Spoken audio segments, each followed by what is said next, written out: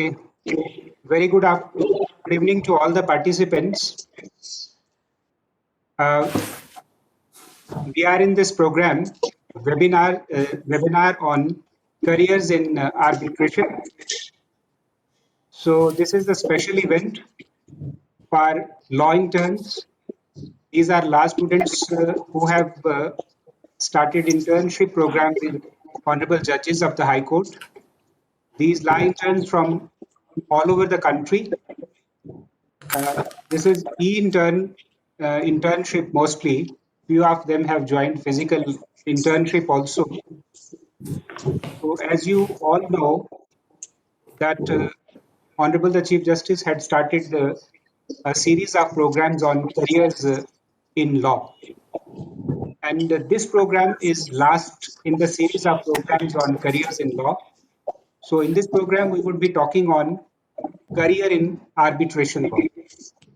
So to guide us through in this program, we have an eminent panel of lawyers who are themselves arbitrators and doing arbitration practice as well. So we have with us Mr. Gaurav Pachnanda, Senior Advocate, Mr. Abhinav Bhushan, Advocate, Mr. Muazzam Khan, Advocate, and Ishan Sanghi, Advocate. And in the course of proceedings in this webinar, we'll be joined by Mr. Shashank Garg, Advocate. Mr. Ishan Sanghi would be moderating this program. So I'll first of all introduce Mr. Sanghi to all of you, and then Mr. Sanghi would initiate the discussion and introduce you all to the panelists. Mr. Ishan Sanghi is an advocate in the Supreme Court of India and Delhi High Court.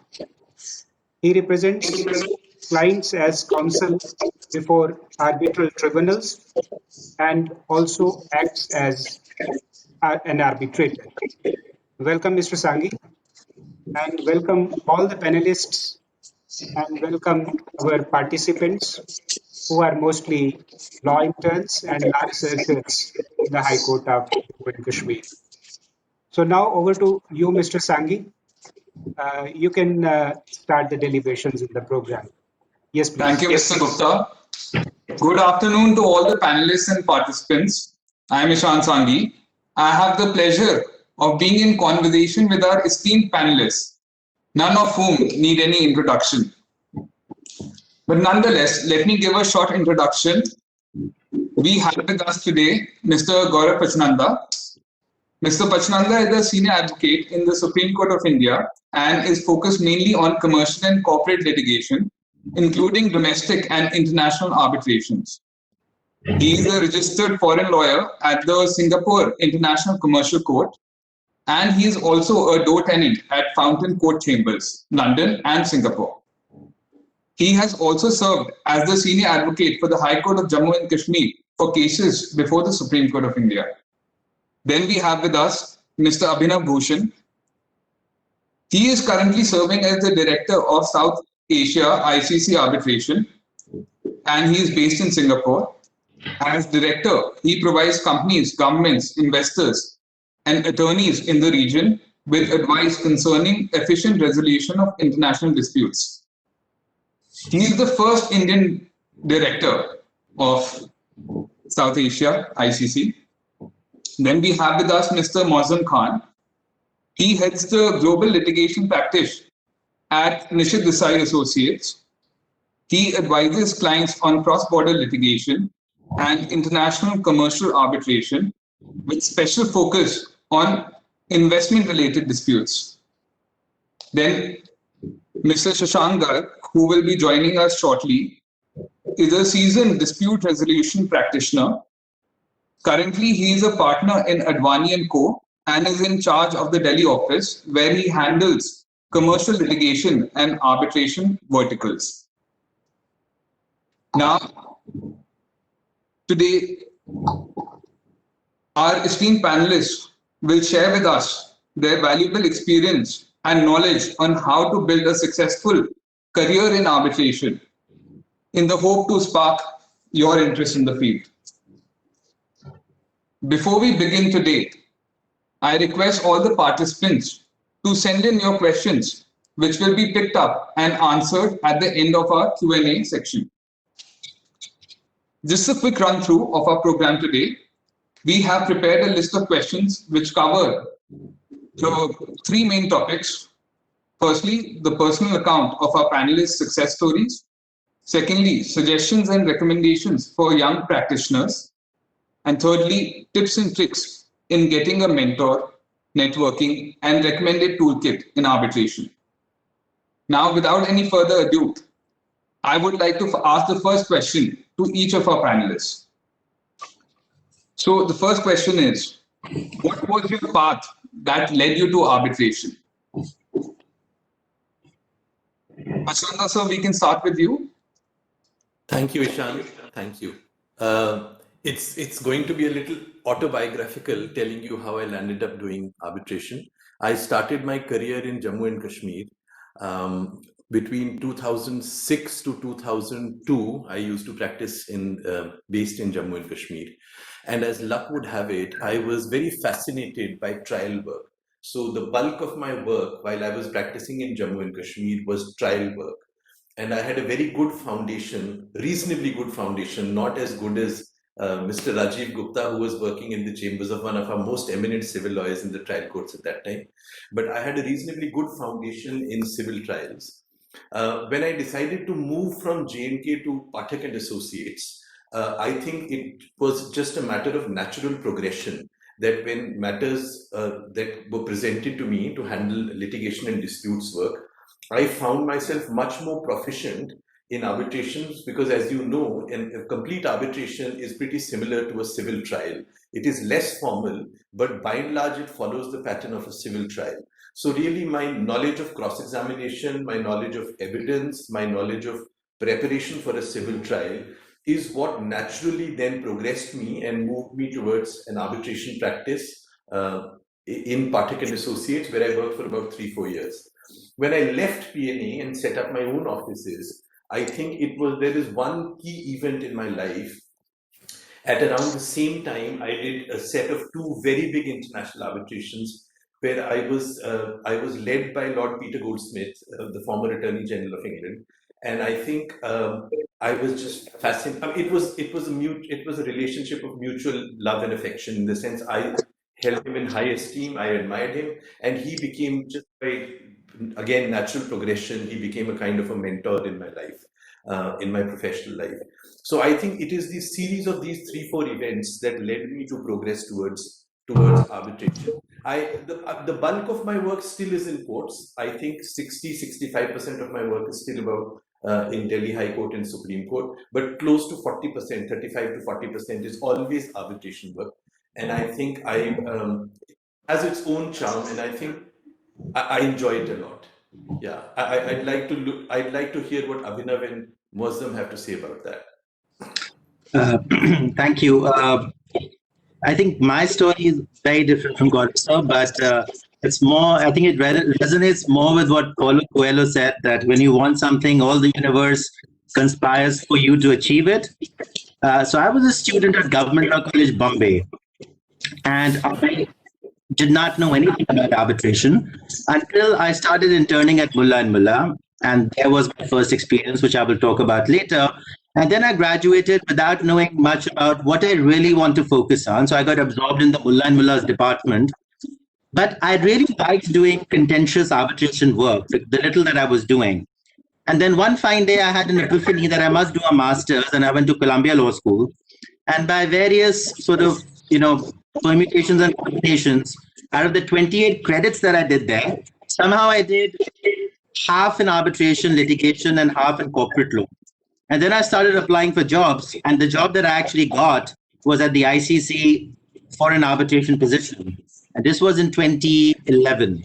And then my life changed. For the last 10 years, I have been doing arbitration, maybe because somewhere deep down, I really desired to do arbitration. And then in 2014, I remember reading Paulo Coelho, and it just made sense to me. So I did not take any active steps except in hindsight, when I look at my CV, which we will talk about later, I had elements which perhaps made sense to a prospective employer that I'm interested in arbitration. I like arbitration. So the story just built up naturally.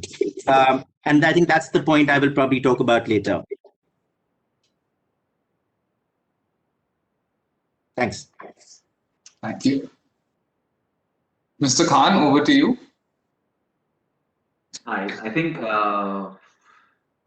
my story is kind of a mix between Gaurav and Abhinav, but I think becoming an arbitration practitioner, though I still try not to call myself that, is something which happened purely by chance. So, like Abhinav in law school, I had no clue about what arbitration really meant. None of my internships were arbitration focused. After I graduated law school in 2007, I joined a pure play litigation firm, much like Mullah and Mullah. This was called Bhasin and Company, which was a firm led by Mr. Lalit Bhasin in Delhi. Now, much like any other pure litigation law firm, I was given my first case to argue pretty early on. So I would have joined Bhasin and Company maybe in, let's say, May or June 2007. In July or just after July, right after, I remember, the summer vacations of the Delhi High Court, I was given this case to argue. I still remember it was called JK Synthetics versus MMTC, Mines and Minerals Trading Corporation. And it was essentially Section 34 cross appeals. So both JK Synthetics and MMTC had an underlying arbitration dispute in which they had an award, and both were challenging that award in Delhi High Court. And that was, I think that was 2007, my first brush with arbitration, albeit not pure arbitration, but a challenge to an award in court. And I was appearing against Mr. Sanjeev Puri, senior advocate, and I think he really took me to school on how to conduct arguments in court. But he was quite nice to me in terms of always encouraging, and even though sometimes I didn't really know what I was arguing in court. But that was actually my first brush with arbitration, and then I think destiny kind of took its own turn. Why I really started concentrating on arbitration was I really enjoyed doing trials. So something like Gaurav, I really enjoyed doing trials, but there was such a lack of trials in corporate commercial matters. As you know, they hardly, a trial in a corporate commercial matter will happen like once in 5 years, and I was just entering into the profession. So there was a real dearth of trials, and doing trials is what actually pushed me to arbitration. And then one thing led to the other, and I guess here I am. Thank you. So, how was your first experience in arbitration? Sorry, you want me to go first, or do you want Gaurav to go first? Mr. Gaurav can go first. Gaurav is not there.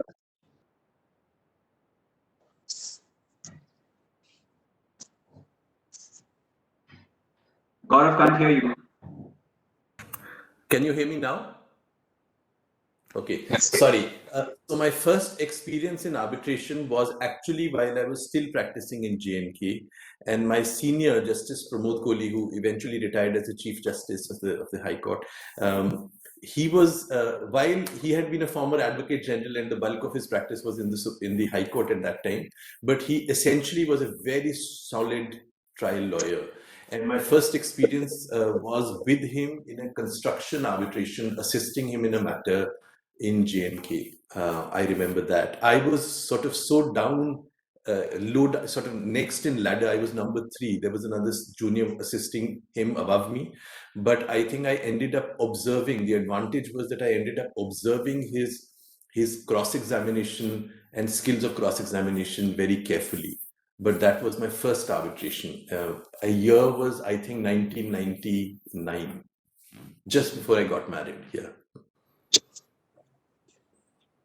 Abhinav?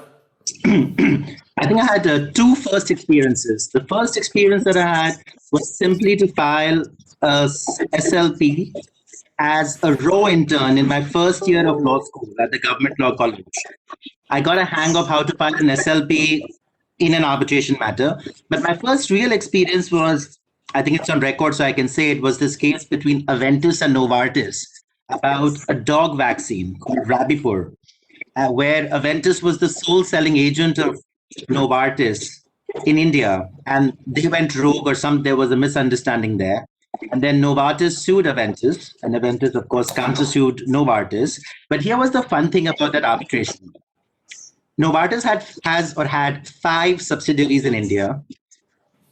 Each of those 5 subsidiaries were represented by 5 law firms, 5 senior counsels, 5 partners, and 5 junior advocates, and some junior counsels. So there was a battery of like 20 lawyers fighting the case for Aventis, for Novartis. And on Aventis' side, I remember it was Mr. Fali Nariman, Mr. Darius Kalbata, and I think Bachubai Munim. And I was a first-year associate.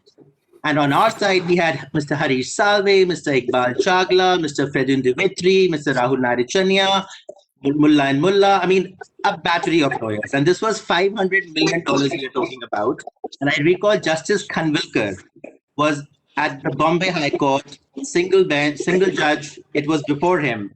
And that matter, my God, we had a battery of lawyers. And Mr. Nariman argued on the other side. It went on for 3 straight days. The board got discharged every single day to hear the might of this matter. And I learned so much while working alongside, while listening to how they were preparing arguments, and how just the sheer brilliance of all these lawyers talking about arbitration agreements, talking about section from 17 to 34 to 48 to all those kind of things, and I just fell in love with it. It was so amazing. So that was my very sort of action-packed first experience of real arbitration. I think I mentioned my first brush with arbitration, which was Section 34 cross appeal. But I think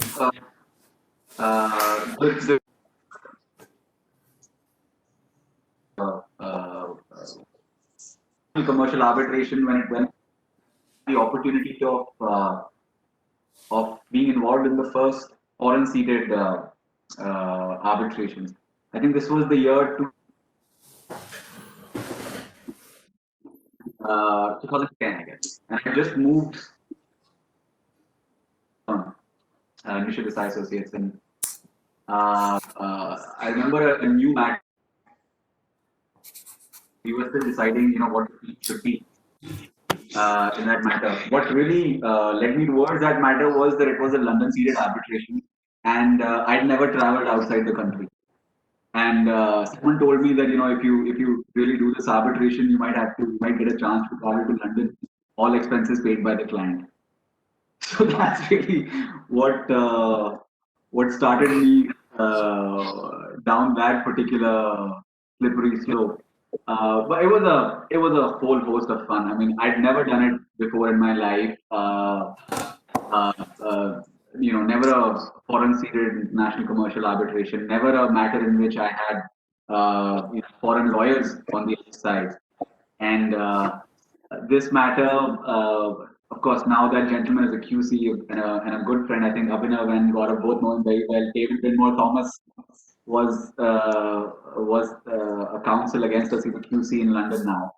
And Binmore Thomas is fondly referred to as the surgeon when it comes to cross-examinations, because his technique of cross-examinations in trial is just beautiful. And so he was on the other side, and it was the entire experience. I think one matter in which I possibly learned the most was this first London-seated arbitration that I had, and I think one thing to the other after that. Thank you for sharing your truly inspiring stories. Now, we often talk about the success stories, but what were the challenges that the panelists face, and how did you overcome it then? I think one of the biggest challenges I have faced when it comes to arbitration practice is really how to strike a balance between arbitration practice and non-arbitration practice / court work. We live in very interesting times where the stamp of being an arbitration practitioner is not an unwelcome stamp anymore. But 10 years ago, if somebody only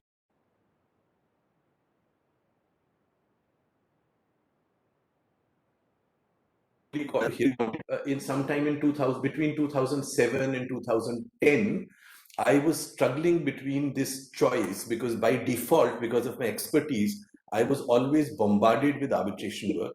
And yet, as a result of that, because often you will discover that arbitration work is much more paying, much more satisfying, and you also you can do it in your own time. So you can plan your time well. So it is much more attractive for somebody who really enjoys legal work, but yet you don't want to give up on court work. So one of the biggest challenges that I faced is of striking this balance. And I think how I dealt with it is really sometime in 2010, I decided that I am going to allocate a ratio. I do only like very big sized arbitrations. So my ratio, in any given year, I don't do more than 4, maximum 5 ongoing arbitrations. And if I'm doing it with a good team of juniors, like if 2 or 3 juniors from my chambers are assisting me, then that leaves me easily about 50 to 60% of my time to do court work. And I think that was a challenge which I seem to have resolved reasonably well in the short term. As of today, I'm very happy with this arrangement. But I think as I grow older, perhaps the ratio may change depending on how I want my practice to be. But I think that was the biggest challenge when it comes to arbitration work, saying no after a fixed number of matters that you're committed to, and then no matter what the temptation is, not succumbing. See, also, even if you focus only on arbitration work, if you take more than what you can handle, then in any event, the quality of your work will go down. So I think saying no when you've hit the right volume that you don't want to cross was the biggest challenge in my life. Wow, that's very inspiring. Because I'm very, very junior to Gaurav sir, I've had different kind of challenges to me from a student to what I am today. Look, a career in law is never going to be a direct ascent to the top. It is always going to be zigzag. And for me, it was quite zigzaggy in a way. I was, frankly, I understand a lot of you are interns, law clerks. A lot of the fears that you have with you today, I can say that I felt all of those. Insecurity, the fight to get internships, the fight to whether or not to do a moot court, the question whether I should do an LLM or not, the question of how to really network, because everybody tells you to network, nobody tells you how to network. And I'm a first generation lawyer. There is nobody who practices law in my family from a small town called Saharanpur, Uttar Pradesh, not very far from Jammu, relatively speaking. So I sort of battled all those challenges right from my first year. And if I can be honest enough, I continue to battle them because as you grow older or as you grow, there is competition in every step of the ladder. So you just have to learn to deal with it as to where you are in your time span of your life. But the very fears that you have and all of you have, I still have them, and I've had them at every step of my life. So challenges all the way, and I guess they will not stop, and that's called life, I guess. Thanks. Thank you. So, okay, let me just tweak your question a little, Ishan, because I don't think, like Gaurav, I can even begin to answer on, on what my success story, etc., would be, because I think I'm far away from that particular milestone, and it's a constant struggle. So let me tweak that question to say what was the most struggling bit out of my constant struggle. So I think in that bit, and I don't think that struggle had anything to do with arbitration. I think it was some of the points that Abhinav mentioned: struggle to get internship, struggle to get the right job. At my time, colleges used to run a scam, and that scam was that not everybody would be allowed to sit for placements, which I figured out after 5 years of law college. And due to my stellar academic record in college, I wasn't allowed to sit for placements. So that was a major bummer. And I say stellar academic record with a pinch of salt, if you get my drift. It was actually far from that.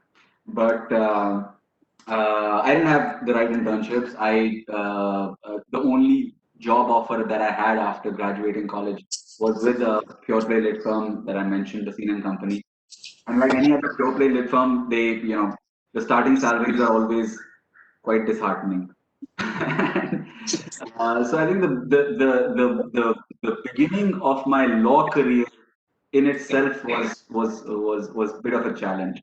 But no matter where you start, if you just do a little bit of a hard work, there's only really one way you can go in our profession, and that's up. So I guess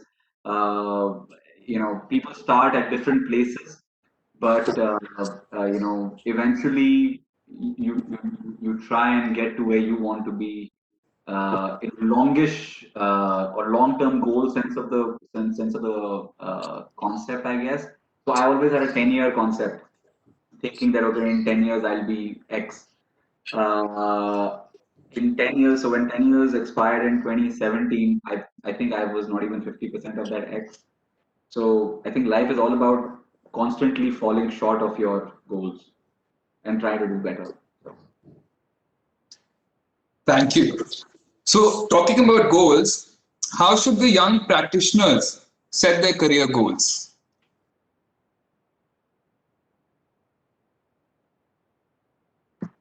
Gaurav, even I want to ask you this question. How do we set our career goals? I'm not the best person to ask this question at all, because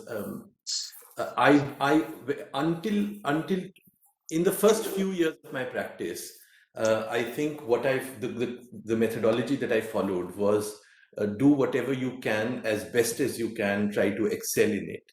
And then whenever I felt that I had plateaued in whatever I was doing, I would look for something new or a different sort of horizon to look at. So when I started practicing in J&K, I think I moved from J&K to Delhi when I just felt that it's not as if I had peaked. I was just still a junior, but I just felt that there were wider horizons beyond my state that I should go and look at.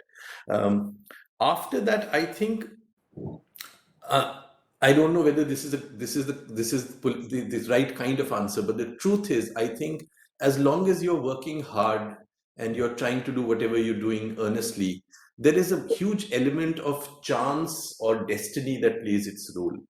I think what you still need to make sure that you have a broad idea of where you want to see yourself. Broadly, you should have an idea as to what is it that you're trying to achieve. And I think within that broad pattern, when good opportunities come your way, you should be able to convert them into opportunities. There was a judge who I once was appearing before in J&K High Court as a youngster. And after that, he called me inside his chambers just to basically compliment me that I had done a good job. And he casually then told me, Gaurav, I will tell you that almost everybody will get one or two opportunities in their lifetime to do something very career. And it's really a question of A, spotting those opportunities, and B, being ready. Sometimes the opportunity comes, but you're not competent enough or not well prepared enough to convert them. Or sometimes an opportunity comes and you don't even notice that this was an opportunity. So I think if you were to ask me how you should how you should plan your career goals, my answer would be you should have a broad pattern about where you want your career to head and how you want it to unfold. After that, you should do your best with all earnestness. There is no substitute for hard work. And then when the opportunities come your way, you should be able to spot them and you should be ready to make the best use of those opportunities. That's my take on this. Abhinav? Yeah, I have actually taken notes of everything that you said. So, but adding on, if I may, to what Mr. Pachnanda said, that look, you are law interns, you are in the law school. Therefore, it is absolutely critical to embrace everything that you are being served on that platter in the law school. Very important, of course, is the academic learnings. Read. Reading is critical. I cannot tell you or understate the importance of reading. Moot courts, if you get the opportunity. The idea is to be sincere during the law school and do everything and maximize your experience at the law school. You would not know what to do in your first semester. You probably may not know at the end of your second semester. But hopefully, by the end of your sixth semester or the 10th semester, as the case may be, or a trimester system, if there is any, you should be able to have an idea as to what you would like to do. And one way perhaps to go about it is, and I have become very cautious of it and conscious of it myself, is to maximize your time by not doing the following, but by not doing the following. That is, be responsible on the time that you're spending on social media. I mean, I know it comes as a very abstract advice, but I cannot tell you how important it is to not let social media use you. Try and Is that a pointer to me, Abhinav? I don't know. Do you use social media that much?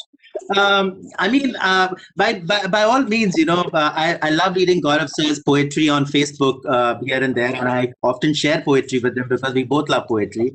But send your memes and send your gifs. No problem there. I mean, I would say, but be responsible. Be responsible about your digital footprint. It is becoming critical. Do not post things irresponsibly. Be sincere about it. I would say. Read, read, and read. Read bar and bench, read every legal information. The advantage that all of you have today that perhaps we did not have so much is that information is almost available to you in real time. But just don't read articles. Read the judgments from which those articles are written. That will give you a lot of insight as to who thought what about the for and against of everything. Also, equally important is to talk. We all have insecurities, and I've been reading a lot about mental health issues. I'm reading a lot about anxiety. Talk to your seniors, talk to your friends, talk to your professors. If you're not feeling good about something, you're sad about something, you're insecure about something, talking, guys, is extremely important in the times that we are living in. Network, we'll talk about that. Try and do moot courts. All these things, it's a package, right? By the time you graduate, you should have had certain experiences to then make a career out of it. If you're not doing anything in the law school, then you have scores of students outside who are actually doing it.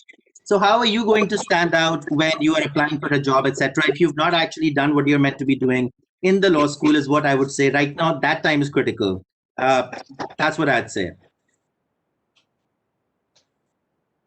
I think I'll only say listen to Gaurav and listen to Abhinav, and you should all be on the right track. But just uh, just to add another element of things, my suggestion would be experiment a little.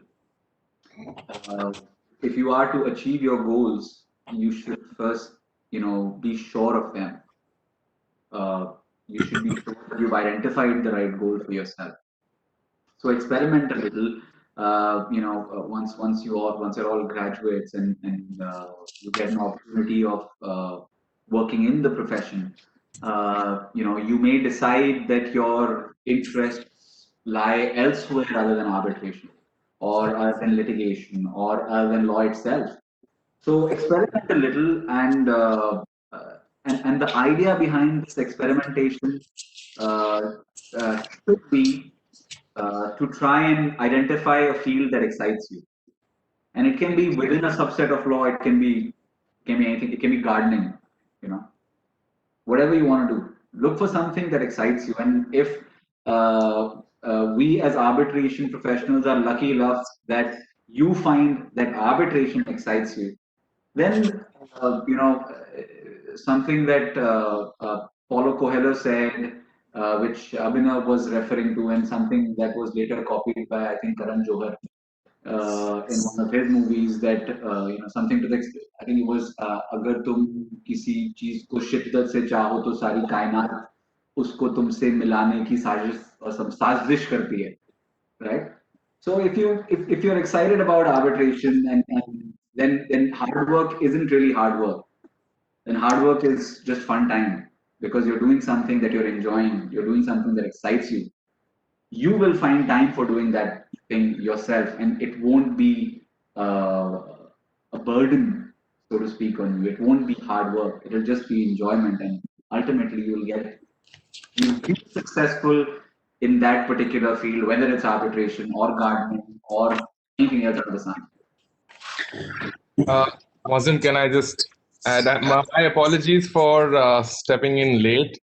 I was doing what Abhinav is experienced in doing, that is webinar hunting. I moved from one webinar to another. So I think a very important point made by Mozam, it is you should not be fixated on your goal, seeing what your friends are doing. Don't opt for something that you think is fashionable or trendy. Don't decide your career very early in your law school times, thinking that somebody who's interning at a posh law firm, he has arrived, he has achieved. Very important is to introspect and know what you are capable of, what are your strengths and weaknesses, and therefore internships, moot court come in handy. That will make you realize what you're not capable of. I mean, capable is a wrong word. What you're not cut out for. What is not your best preferred career choice. It could be that you may really enjoy an IPR internship while you've been eyeing on a career in arbitration. And later on, you realize that an IPR was your calling. So, in fact, giving Mozam's example, Mozam was, in fact, he started his career as a race car F1 driver, but then he realized he wants to be an arbitration practitioner, and he switched his career from an F1 racer to arbitration. So, yes, there is vast scope for changing your career path, at least in the early years of your career, and especially in your years in the law school. So use them very carefully. Also, Shashank, you can get sued for giving wrong information to law school interns. Huh?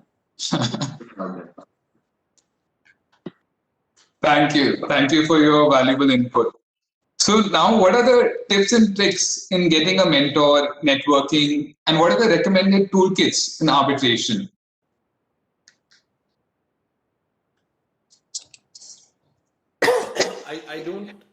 I don't really think that there is a uniform trick to find a mentor or how to network. I think, of course, if you do good quality work, then it is important to put yourself out there, let people know that that is the kind of work that you do. And if the quality of your work is good, I think the market just generally has the ability to pick that up intuitively. What is not advisable is that you do your work, but you don't put yourself out, in the sense that people don't really know that who you are, what kind of work you do. Once you have done that, I think, as I said, the pattern is that you put yourself out, let people know that this is the kind of work you do, but essentially your work will speak for yourself. And I follow, I mean, broad tips that I would give youngsters when they start out in practice generally, and in arbitration work specifically. First of all, I think there is no substitute for hard work. Arbitration practice is not the kind of practice where you can superficially read a document and then make some kind of a speech. In most commercial disputes, there will be intricate questions that will involve facts and documents. So therefore, you cannot do a good job, you cannot deliver well unless you have put in the kind of hard work that it requires. So rule one, there is no substitute for hard work. Please put in the hard work that it requires. Rule two, always know your case better than everybody else in the trial room. The opposite side should not know the case better than you. Your client should not know the case better than you. The arbitrators should not know the case better than you. You should always be the person who knows the case and the documents better than everybody else in the trial room. Third, always follow a rule of simplicity. simplification of the argument, of the controversy, of the dispute, simplicity in expressing your argument, whether verbally or in writing, and complete simplicity in your demeanor, in the manner in which you approach the tribunal. You know, Justice Ginsburg, who died recently of the US Supreme Court, somebody asked her that how would you deal with a judge who was being very difficult? So she said that I would always behave like a, it was more like an academic debate. It was always an opportunity to teach. You don't get confrontational.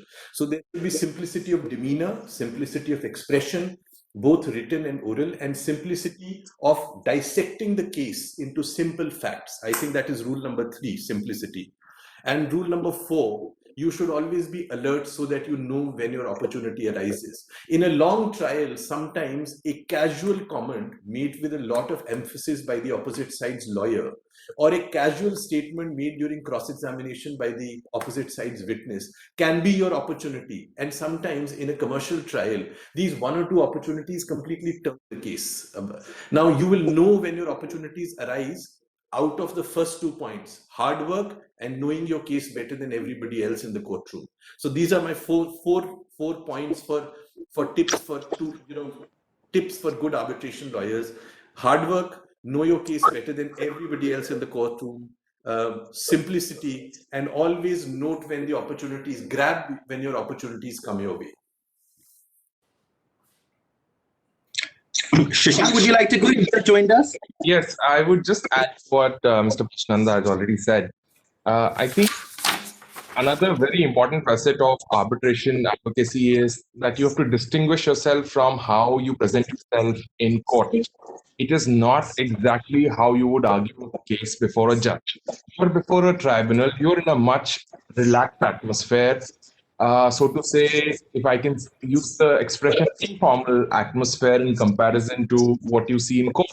Therefore, using aggressive body language or using those voice modulations which are very effective in in courtroom advocacy may not really work out very well in an arbitration, especially if you're in an international arbitration, because a tribunal consisting of common law and civil law judges.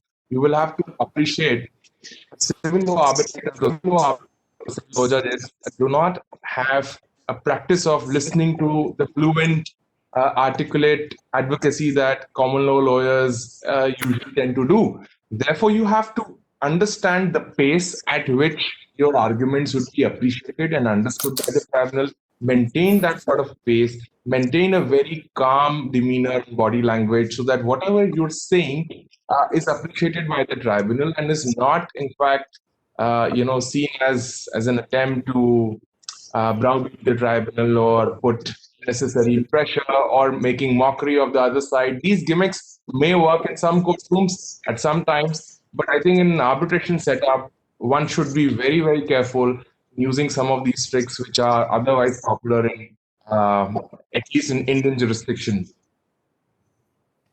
Abhinav. Thanks, Shashank. It's hard to add on to anything that already Gaurav sir and Shashank has said. I was just actually going through the attendees list, and I realized that most of the people attending actually are or have a strong connection with Jammu and Kashmir. Taking that lead forward from what Gaurav sir said, that hard work is critical. Now, if you want to start a career in international arbitration, it's the question of the opportunity, which again Gaurav sir spoke about. But then the question is, how are you going to get the opportunity? And to be honest, I'm not sure at this point in time how much opportunity vis-a-vis arbitration exists in Jammu and Kashmir today. But that is why we now have the Jammu and Kashmir International Arbitration Center. And, inshallah, everything will be fine in years to come. We will have arbitration. But before you get there, right, if the opportunity is not coming to you in arbitration and the opportunity exists somewhere else, it may not perhaps be a bad idea to take yourself to the opportunity. How can you do that? One of the golden rules of my life, and I live by it, will probably continue to do it, is never underestimate the power of asking. If you send an email to a law firm or to a practitioner in Delhi, Bombay, one of these big cities where arbitration exists, I don't know how many of you actually have done that. Step out of Jammu and Kashmir, get to know a little bit more about arbitration, write to people, and take yourself to the opportunity. You would be surprised that you will get a response from, you may not get a response from everyone, but you will get a response. As to the question of networking, again, like Gaurav sir said, there is no straight-jacketed formula about how to network. In fact, I was very lucky to be invited recently to give a lecture on how to network. The lecture went on for some 60 minutes, and all I said in that lecture was how not to network. And perhaps how not to network is do not be brash, be polite, be gentle when you're asking for something. Nobody will give you an internship or an opportunity if they don't know you, if they've not seen your work. Write a properly drafted email in English. Make sure there are no typos. Attach a work that you may have done. Even before all of that, try and write something. Publish a small blog. Publish a small journal in a journal, or just write an article. It's a baby step, right? So insofar as finding a mentor is concerned, I think it is very important to find a mentor. And again, there is no straight-jacketed formula to find a mentor. I bumped into one or two mentors along my life, but it is very important to find a mentor. They are around you. You know, again, going back to Paulo Coelho, they will find you, or you will find them eventually if you're looking at the right place. A senior, it could be a practitioner in the field. You could simply be impressed by somebody's work, and you can reach out to them. I actually went up to my senior at the ICC once, and I literally asked him to adopt me. I said, I don't know, first Indian at the ICC. I don't know what's really going out here. Can you please adopt me? Tell me how it's done. Be ruthless, discipline me, shout at me, scream at me, but teach me. And I think that has really helped. So find a person and reach out to him. You know, he would be their mentor, but be loyal to that mentor. Do not be disloyal to the mentor. Do as he says or she says. Before anyone else kicks in, what Abhinav is saying about mentors, I'm reminded of something that Indian Arbitration Forum has just launched. It is an essay competition which results in winners getting mentorship from IF members. So you may want to look at Indian Arbitration Forum's website. They have just started an essay competition. And all the members of IF, which includes partners from all the top tier law firms of the country, they would be mentoring the top 5 essays that have been chosen. So you may want to look for these small opportunities as well.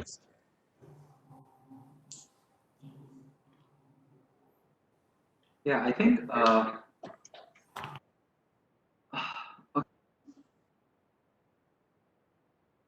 I think there are so many things that a person can do to try and distinguish themselves from the whole horde of law graduates which graduate every year. One thing that Abhinav mentioned was publishing. Now, if I don the hat of a recruiter, if I'm looking to hire somebody in my team and there's a vacancy and I'm looking to hire somebody in my team, sure, your CGPA matters, but what will really make a CV stand out for me is the kind of articles, the kind of research papers that you've done. I think law students have the time in the law school to do this. So if there's a CV which comes without it, it's kind of difficult. It'll be difficult for that person at least to get through, at least in my team. But if you've written things, it shows me how your mind works. It tells me what are your analytical abilities when you're writing something, when you're discussing a legal proposition in writing. So public is very, very important. And it can be absolutely anywhere, or it can even be an unpublished work. Even that doesn't matter. But in today's day and age, you really get a lot of opportunities to publish. So, for example, Shashank just mentioned an Indian Arbitration Forum essay writing event. You have these annual essay writing events all over the world. The young SIAC does it. The ICC Young Arbitrators Forum does it. So all these opportunities to publish are there, and if your work is really good, it can be easily recognized on an international forum.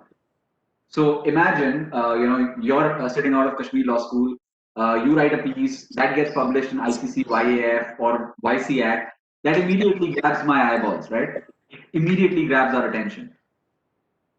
Then we start reading it, and that's one way to make sure that you have an edge, vis-a-vis vis-a-vis the other people who are graduating alongside you. The second, again, something that Gaurav and Abhinav mentioned, reading case laws.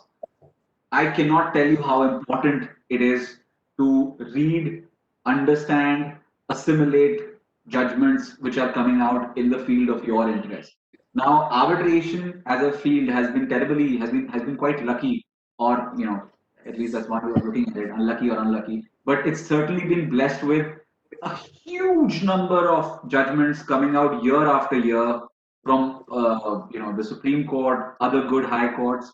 So there's a lot of jurisprudence there.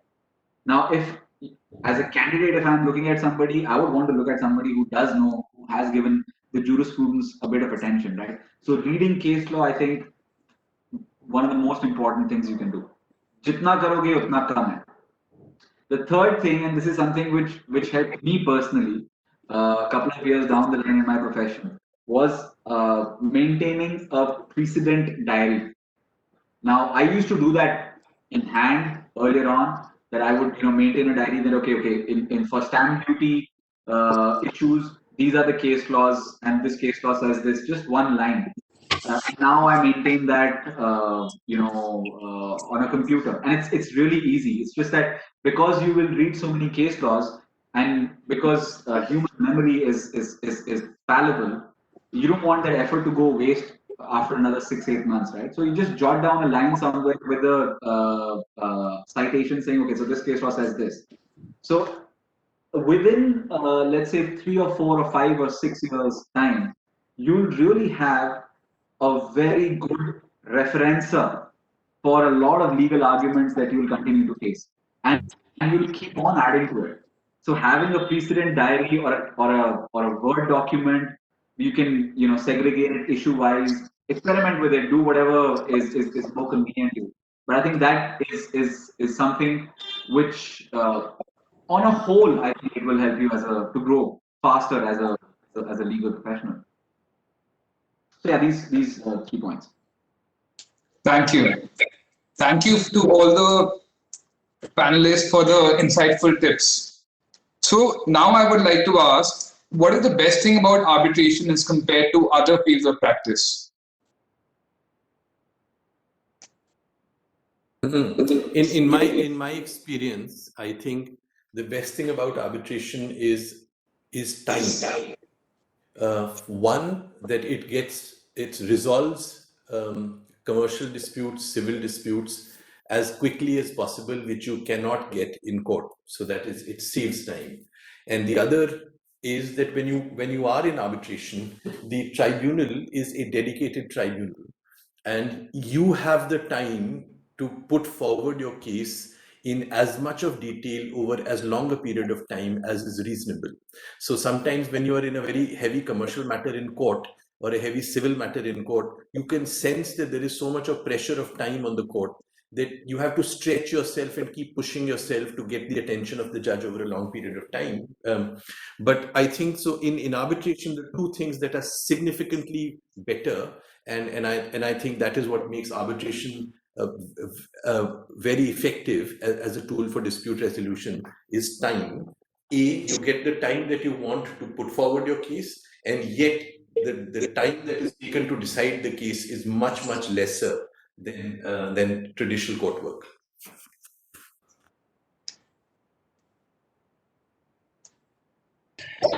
So I think for me, it has purely been because I work for the ICC International Court of Arbitration.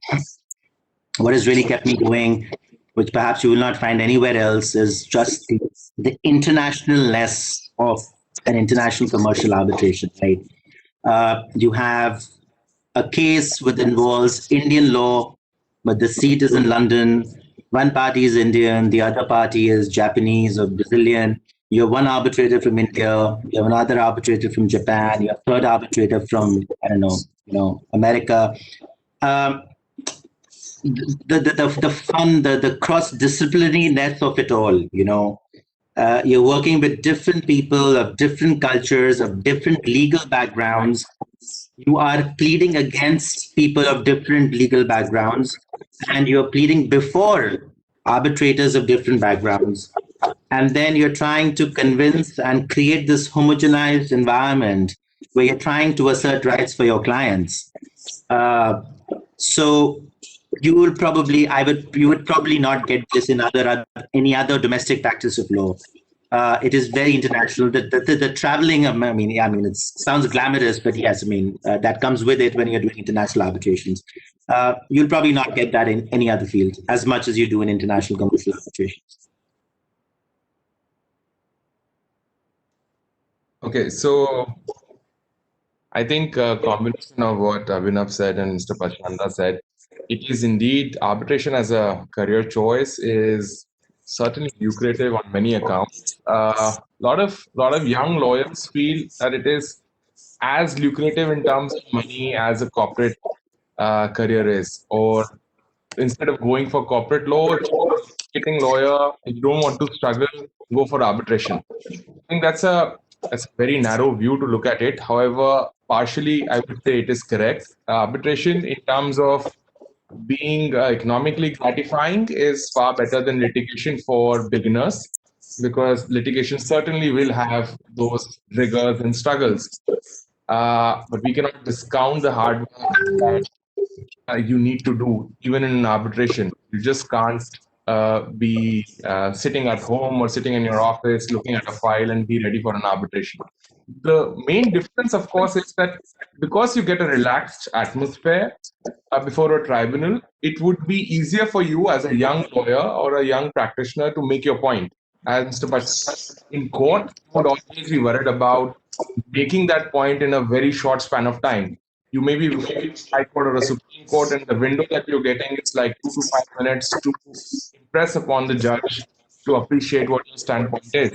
However, in an arbitration, since it is a more relaxed atmosphere and that tribunal has been chosen to adjudicate this particular dispute, you have ample opportunity to present your case. So you will get an opportunity to state everything that you think is important to this tribunal. So I think that is also a very, very interesting distinction between litigation and arbitration, and why arbitration can be a good career choice for somebody who otherwise may have fear of standing before a judge.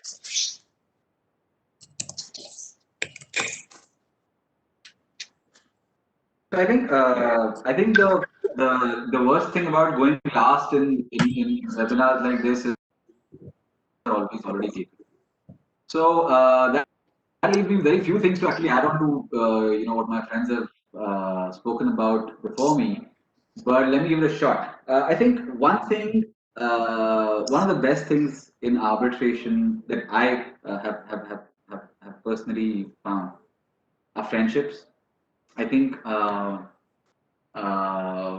since I began in this profession, it is probably through arbitration that I've actually met a lot of like-minded individuals, and I've been lucky to connect with them on a personal level as well. Some of them are on this webinar here, and so that's one thing. I think friendships was definitely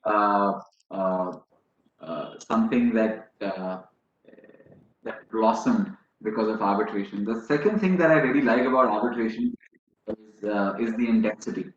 Now, intensity is kind of a fallout of what Gaurav was mentioning about you being given time to formulate and the tribunal. Because of that time, the intensity of preparation is much higher in arbitration than in court litigation. And I think true professionals will always be excited about that intensity. The third thing about arbitration that really draws me to it is the opportunity for trial advocacy. I mean, let's face it, we don't get that enough in courts nowadays. we don't get enough opportunity to do cross examinations, etc. in high court. Maybe lower courts you still can. High courts, it just doesn't happen enough. And even if it does happen, those cases are far and few in between. So opportunity of trial advocacy, if that is something that excites you as much as it excites me. Thank you.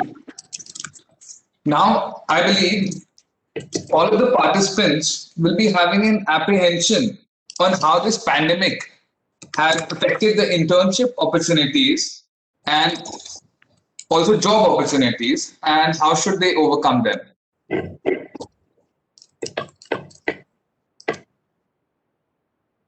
Very difficult question. It is true that it has impacted job opportunities. I have tried virtual internships with some people. I don't think a virtual internship is as gratifying an experience for an intern or even for the person whom one is assisting. Job opportunities, of course, most law firms are in a state of freeze. Most chambers are in a state of freeze because obviously work capacity has gone down. But I think the answer is, I think rather than short-term, rather than suggesting short-term solutions for a period that is covered by COVID, fortunately, we are now entering a phase where we have to start thinking about post-COVID. So I see another 4 to 6 months horizon, things becoming much more normal than they were before. I think that the recruitment scene, at least from the Delhi perspective, will be much better in 5 to 6 months' time. And I think internship opportunities, real like physical internship opportunities, will be pretty much back to normal in 6 months' time. I think that is I can end on that note of hope.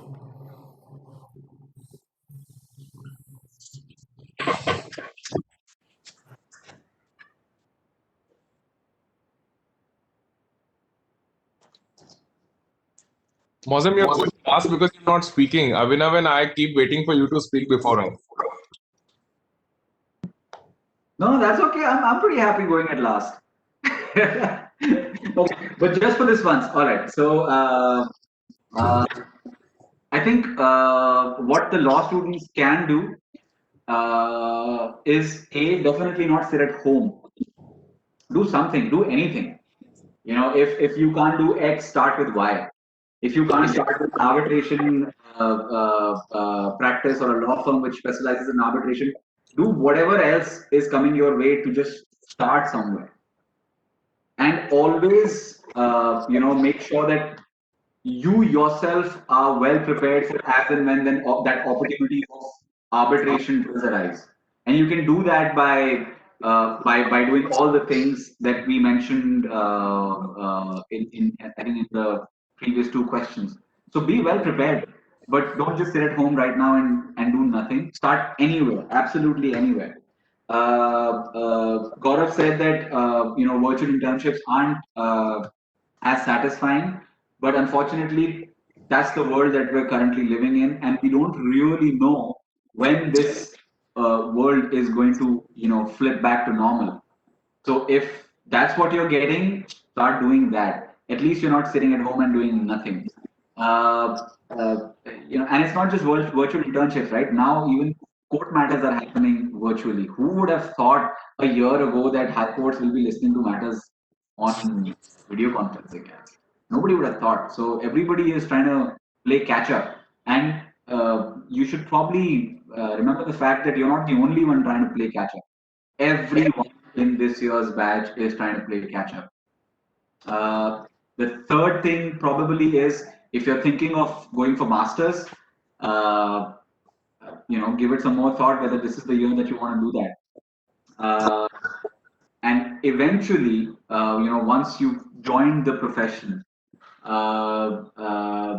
be on a lookout for these opportunities. You can do it through multiple ways. There are legal recruiters now in the market, which at least I didn't know about when I was starting practice. So there are people who are actually recruiting people for law firms. So try and get their help. use your mentors that you may or may not have made during the time as a law student or even as a young professional.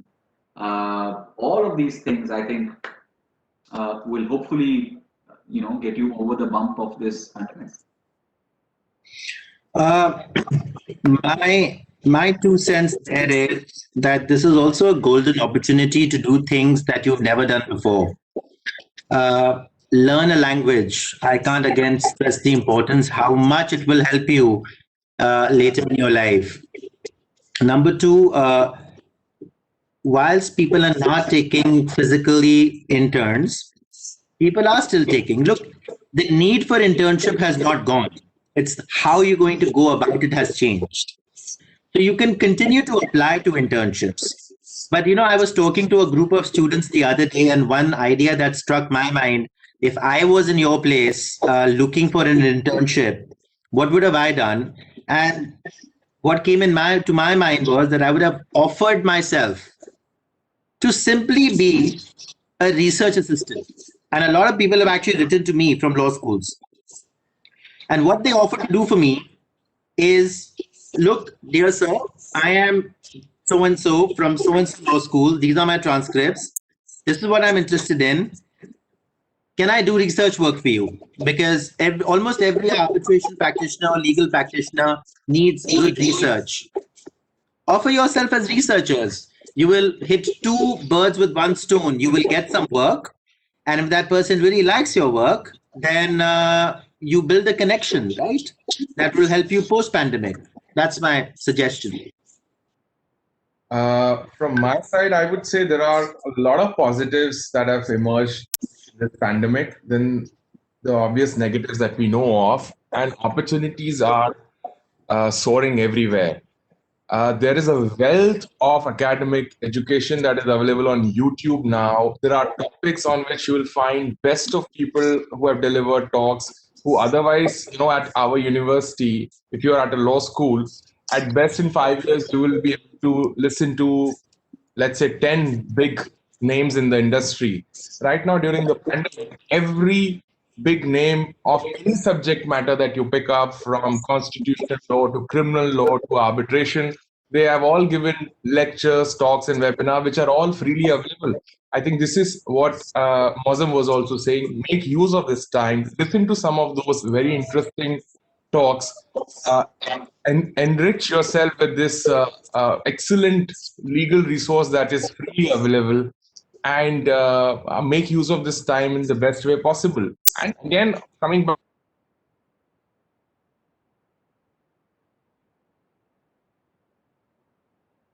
to it, there are more open space, given the size of offices that they had. The physical space was not there. A lot of senior counsels were not comfortable keeping one or more than a couple of interns, again because now, because it is virtual, it is easy to persuade any senior counsel or any chamber to take more interns. And as Abhinav said, if you are persuasive enough, if you make a good case, I'm sure nobody really would mind you being an intern who's just observing what's going on in that chamber or logging on to virtual hearings. So my assessment is this pandemic gives a new range of opportunities which you must cash on. Thank you. Thank you. That was very helpful. All the students can listen to all these webinars, which really teach you a lot. Now we have a question coming in from Bhavesh Bhushan. He's asking the panelists on briefly discussing how arbitrations really work in terms of procedure, etc., and how are they different from how courts work traditionally.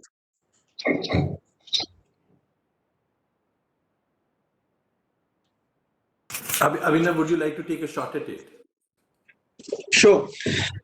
So there are 2 kinds of arbitrations, generally speaking. One is ad hoc arbitration, that is purely governed by the procedure referred to in the Indian Arbitration and Conciliation Act of 1996. There's, of course, a procedure in the Civil Procedure Code, and that's a different procedure. Insofar as arbitrations are concerned, the procedure that is followed in international arbitration or in domestic arbitration, to a large extent, is based on the Indian Arbitration Act. Now, of course, there is a merging when it comes to taking of evidence, etc., in domestic arbitrations.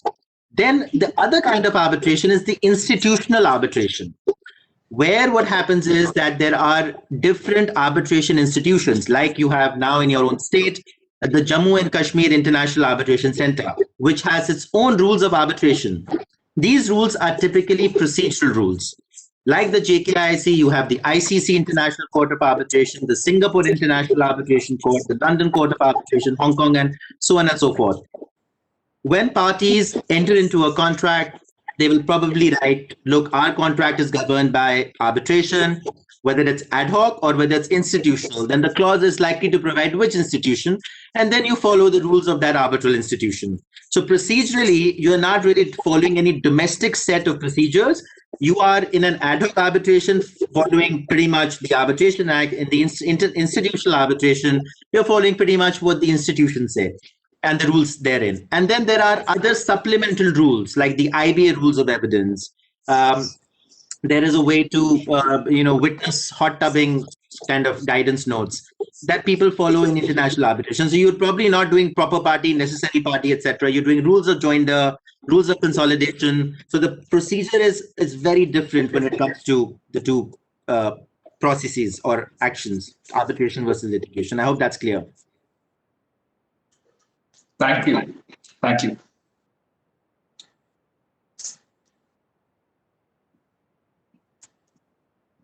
So we have another question coming in.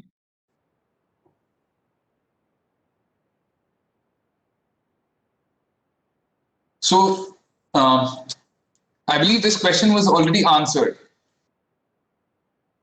But the question is, in the situation of pandemic, when physical internships at law firms and organizations are not possible for students from smaller towns, how to broaden the scope of opportunity, especially during the second and third year of law school? So would it be very different if they're in the second or third year, or it's the same advice? I think I would say it is the same advice. As I said, they will have to make out a good case. Even a second year, third year student, if it's persuasive enough, is able to impress upon a prospective employer the zeal that he has or she has to intern in that chamber. It is quite simple to get an internship in a virtual format. Effectiveness of that internship, as Mr. Pachanda said, may not be as great as a physical internship, obviously, because to experience the entire atmosphere of an arbitration chamber or litigation chamber is very different from doing it virtually. But even if you were in Delhi or in Bombay and you wanted to intern, all these chambers are still working most of the time virtually, and they would not really accept any interns physically. So wherever you are, even if you're in B town, C town,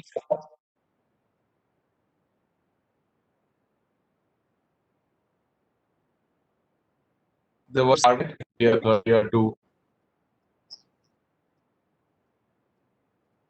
But as I said, you have to distinguish yourself. You have to make out a good case. Just don't start copy paste everybody else's cover letter, which a lot of times we see 4 internship applications from the same law school, exactly the same cover letter, exactly same sort of flattery written in the third paragraph.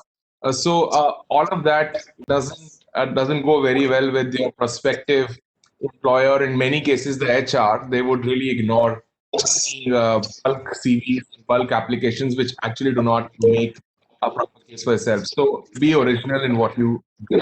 Thank you. Let me just add to the point that Shashank. And this is perhaps something that your second year and third year law students can actually think about. A suggestion can be that you use your second and third year internships to set a base for your fourth and fifth year internships. Now, some of firms, I know my own law firm, we don't take interns which are second and third year. We take them fourth year onwards, only fourth year and fifth year. But what some of the law students have actually done in the past with us is they approached, me or one of my colleagues in their second and third years, and they asked us, sir, okay, so we want to be a part of this organization in the future. What can we do to make us more suitable for your firm? Right? That immediately gets my attention. And that immediately gets the recruiter's attention that, okay, this is a guy or a girl who really wants to be at X place and is willing to do something specific, tailor-made for getting him or her there. And then, once that conversation starts, your future, goal place will tell you that, okay, this is the kind of, and this is all a 15-20 minute conversation, right? Everybody takes out that much time. That what we're actually looking out for in a fourth or fifth year is you should have written X many articles, or you should have special, given some attention to the recent jurisprudence coming out of ABC things, so on and so forth. In your second and third year, you get that conversation started. You work through till your fourth year on that conversation and apply again. And you will see the percentage of the success in actually getting your goal internship in your fourth and fifth year increasing.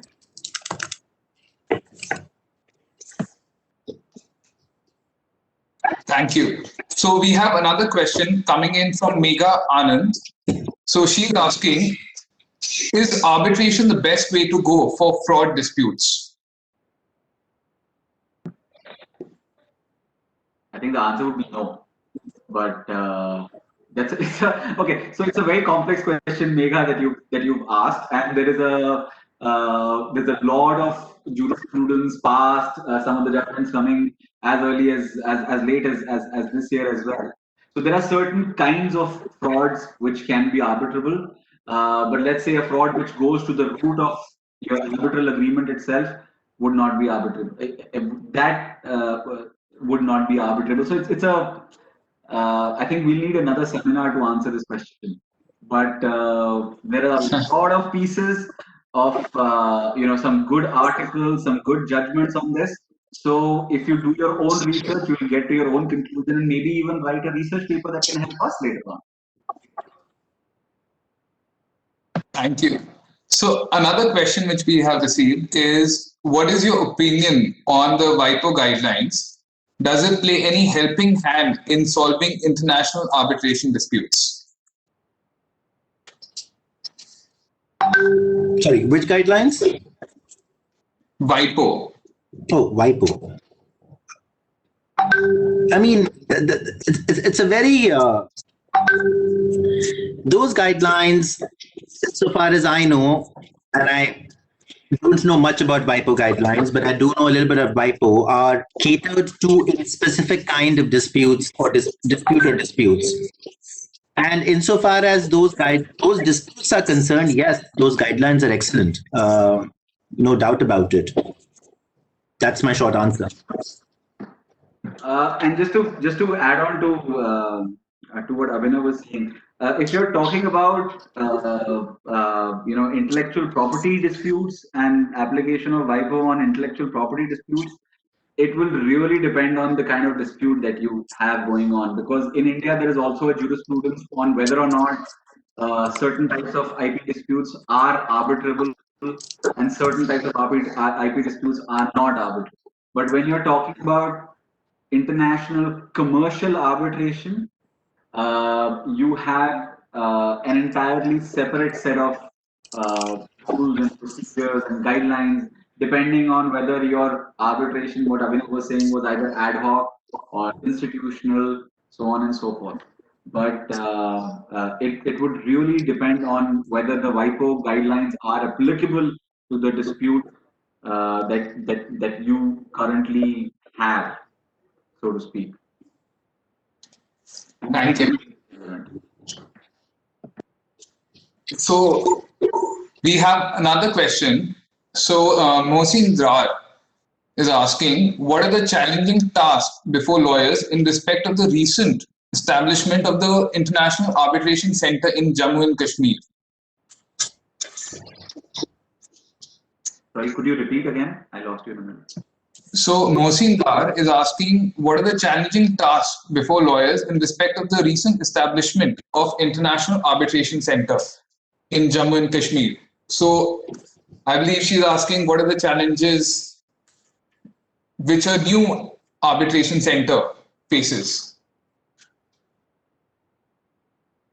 Lawyers before a new arbitration center faces. Gaurav, do you want to jump on that particular grenade? Yes, I think so. The challenges of a new arbitration center. I think the challenge in India now is that we are coming out with too many arbitration centers without really having an institutional arbitration culture. India generally still remains a predominantly ad hoc arbitration kind of a jurisdiction. So I think my own view is that there is some wisdom in an umbrella arbitral institution, not necessarily exercising control or superintendence over arbitral institutions generally. But I think in order for institutional arbitration culture to pick up, it is important for a government-supported arbitral institution, generally at a national level, an umbrella arbitral institution. And I think it is equally important for smaller arbitral institutions to be supported both by the government and by the high courts in various states. You look at one of the sort of greatest successes in India's legal education system, this establishment of national law schools, was predominantly, it wasn't a government of India kind of an effort. It was a state government effort where the high courts and the state governments went ahead and created an institution of excellence. I have a feeling that something like that is the right model of replicating institutional arbitrations in India.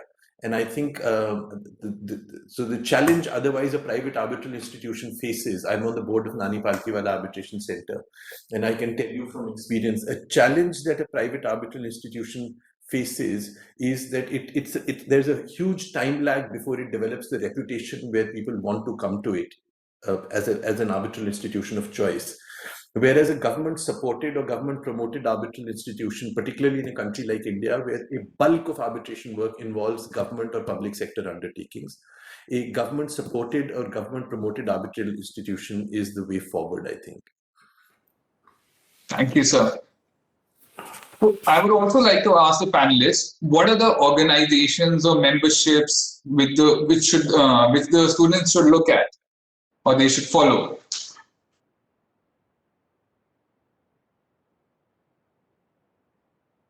Should I start? Sorry, one more time. What are the what? Sorry? Which all organizations which all memberships or organizations should the students look at? Yeah. Go ahead, Mozam. Oh, okay. So I was about to start. Sorry, Shashank, yeah. No, I was saying you're the best place to answer that. Abhinav is in fact. I would volunteer to answer that. But to reduce the appearance of bias, I think I would take this and say that first is to join ICCF. Then all the younger wings of these institutions, including YCAC, which Mozam. Sorry, I'm going to say YCAC first, huh? Yeah. Just putting it out there. ICCF, YCAC, Young ICCA, even Chartered Institute of Arbitrators has something called, I think it's called YMG. LCIA has a younger group as well. Society of Construction Law India now has something called Young Leaders Group as well. So all these international and domestic institutions, most of them have a group for under 40, which caters not only to students but also to young professionals who are starting their careers in the field of arbitration or that sub-specialization. So the first thing would be to take up membership of all of these so that you're updated about all the academic events, webinars, conferences that are taking place. A lot of people ask, especially young lawyers ask, that how do we get to speak at one of these events? I think it is the simplest way to go ahead with this is that you attend some of these events first. Don't start expecting that you would be invited to speak before you're actually visible in those circles. So if you go on attending some of these events of a couple of institutions again and again, you're asking relevant questions, you volunteer to help some of these events being organized, that is when you would be noticed. That is when it would be easier for somebody to give you the responsibility to either be the master of ceremony or to speak at one of these events in future. So that is a short list from my side, and then Abhinav and Mozam and Mr. Pachanda can add on. I think he's covered everything.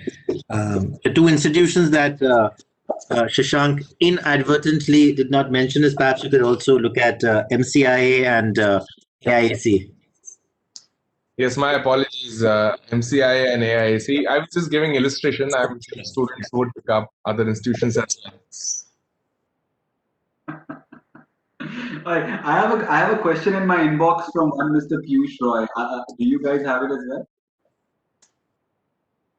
No, we don't. There is a reason it's in your inbox, so you go ahead. Awesome. Sorry. So Piyush is asking whether publications have an edge over moot courts.